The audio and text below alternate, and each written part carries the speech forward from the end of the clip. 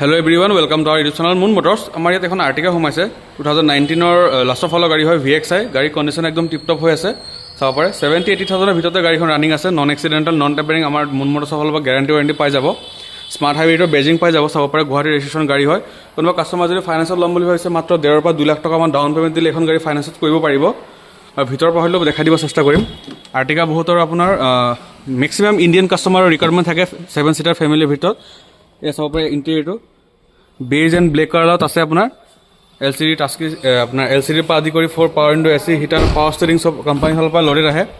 Roof AC পাই যাব। Third ৰ'টো আপোনাৰ অলমষ্ট আপোনাৰ স্পেচিয়াছ হয় গাড়ী। 1.5 ইনলাইন 4 চিলিণ্ডাৰ পেট্ৰল ইঞ্জিন হয়।